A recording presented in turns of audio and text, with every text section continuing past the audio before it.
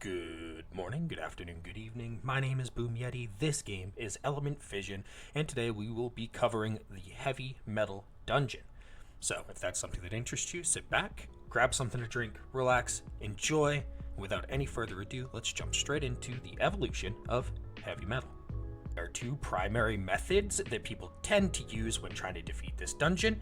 One would be an attack bar pushback approach, and one would be a direct damage approach. Both are very effective, both are very accessible for the most part, and we'll cover both in this video. The first evolution of heavy metal is going to start with attack bar, so let's cover a few things about the dungeon and get straight into the team. The reason we're going to want to push the boss's attack bar back is because if we allow him to have a turn, when he uses his death metal attack, he'll grant himself a shield for 2 turns based on how much damage he does to you. We typically don't bring very tanky units into this dungeon, and thus he's going to deal a lot of damage and get a very big shield. You're also going to have a minion turret to the right of him that gives him immunity.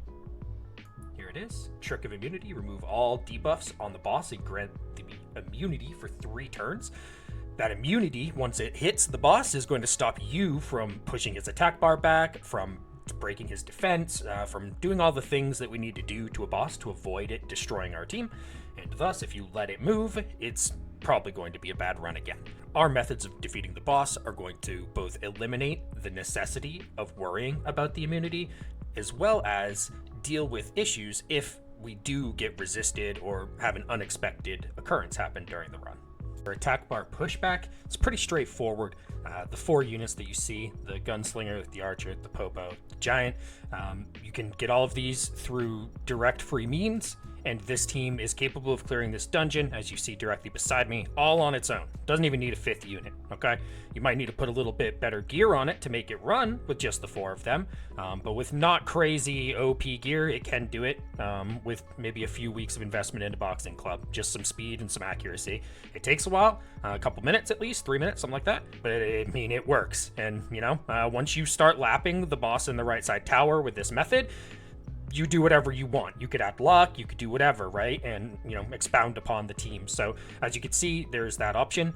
My preferred choice that I would put in is either going to be the water puppet as redundancy and defense break. It's just going to speed the run up. Or you could add the light popo if you have it and you have it built. And again, that's just going to speed the run up.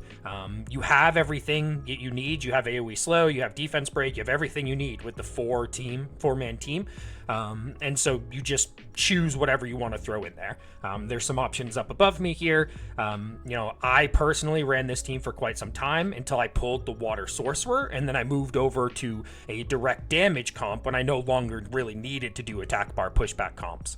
But yeah, there's that 2 minutes and 17 seconds as a 4-man team. Running right beside me. So no excuse there. If it's not working for you, you just got to put better gear on them. It's that simple.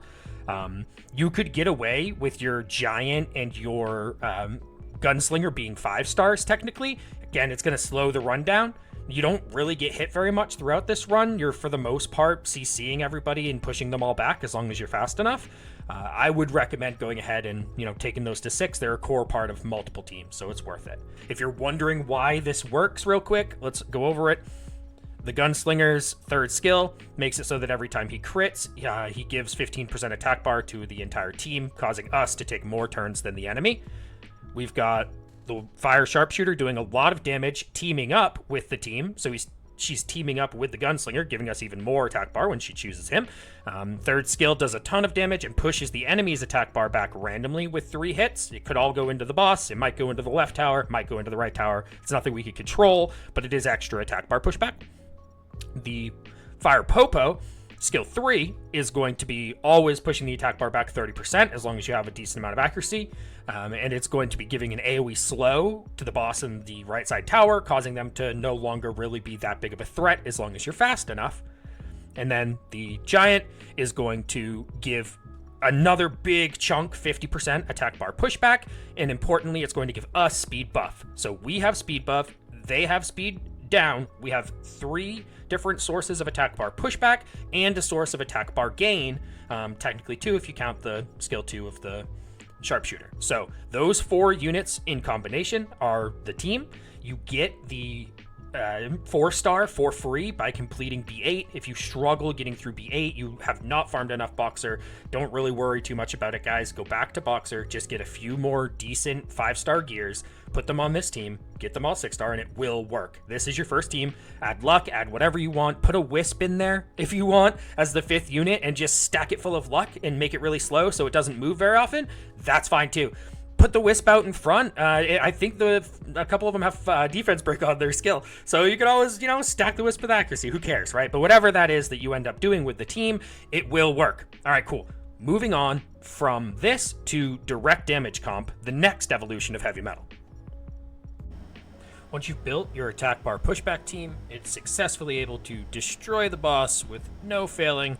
All the accuracy is good. It's quick, minute and a half, 2.5 minutes, whatever it might be.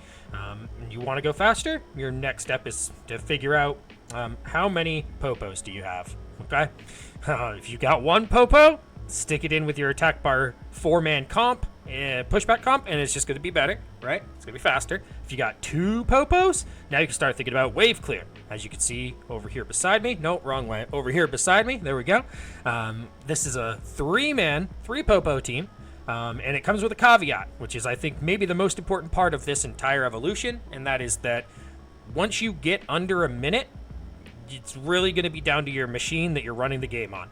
This is the exact same team, both my team, once running on my phone and once running on an emulator. It's a 30-second team flat, almost every single run without fail on my phone. It's a 45 to 50-second team on a non-optimized emulator. Even on a good emulator, it's still barely able to come close to what it hits on my phone. And there's going to be, variations to that, right? So if we look at the leaderboards, you're going to see pretty much everyone is running a popo, if not 2 popos, in the top teams. And those variations are, the speeds vary based on what they're putting in with it, okay?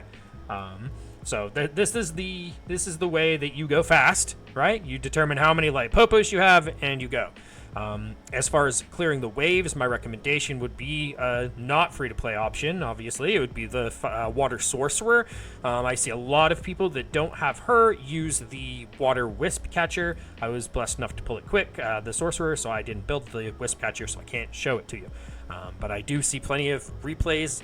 And that brings me to my next point, which is once you've made it here in your team building process, you really just have to come to the screen for inspiration, the strategy screen, right? You come in here, go to the dungeon, go to your strategy screen, come in here for inspiration from a lot of these awesome players that have built their versions of the team, right?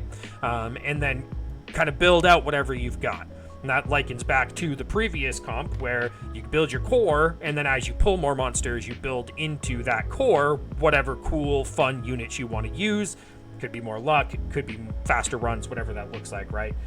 But at its core, the way this composition functions is strictly just the 2 units that you have for wave clear, the puppet and then your nuker, deal with waves 1 and 3. The popos deal with waves 2 and 4. You defense break with the puppet to enable your popo core to kill the boss. You can take 1 popo out, put in a different unit, but you're really gonna want to put in attack bar pushback with that last unit. It could be any of your previously used ones. It could be the fire popo, it could be the fire sharpshooter, it could be the dark giant, whatever that might be. You put it in there, you test it out, and then adjust the speed and accuracy and such until it functions. It will work. You just either need to be faster, more accurate, etc., etc. All of these teams function properly with just the right gear. All right, cool. So that is the final speed evolution of heavy metal. Now, I think it's worth talking about luck. I personally run somewhere close to 300 with my triple popo. It's a little bit under that. It's like 270 with my daily subscriber packs and stuff. Some people are pushing it over that pretty significantly, and I think it's worth a shout out to these guys. You could see people like Baymon, Voids, Sharky, shout out Paintolar. He's actually a member of Team Timo. Let's go Team Timo. Hell yeah. brother. There's just a bunch of different people out here that you could see their concepts are just an amalgamation of what we've talked about already. Just the same units, just copy pasted, right? Stuck in there. It functions. And then you just stack your luck up. If you're willing to go a little bit slower, you could find ways to build teams that are effective. They do the job. They fit the concept, but they're predominantly just luck. Okay, so keep that in mind. This might be the real, final evolution, but I'd be, kind of not really doing the full job if I didn't bring this up real quick and spitball a bit about it. So that is going to do it for this video, y'all. I hope that you found something that is going to help you out. If you did, feel free, comment down below what exactly your methods are. If you're doing something different than this, if you're doing something the same, I'd be very interested to know. As always, feel free, subscribe. I'll be putting more content out in this series, as well as starting some other series coming up soon. Maybe an LD-only account? Maybe? I don't know, we'll see. But as always, please, everyone, be kind to each other. Thank you for taking the time to be here and watch my video. I hope you take care and have a great rest of your day. So long.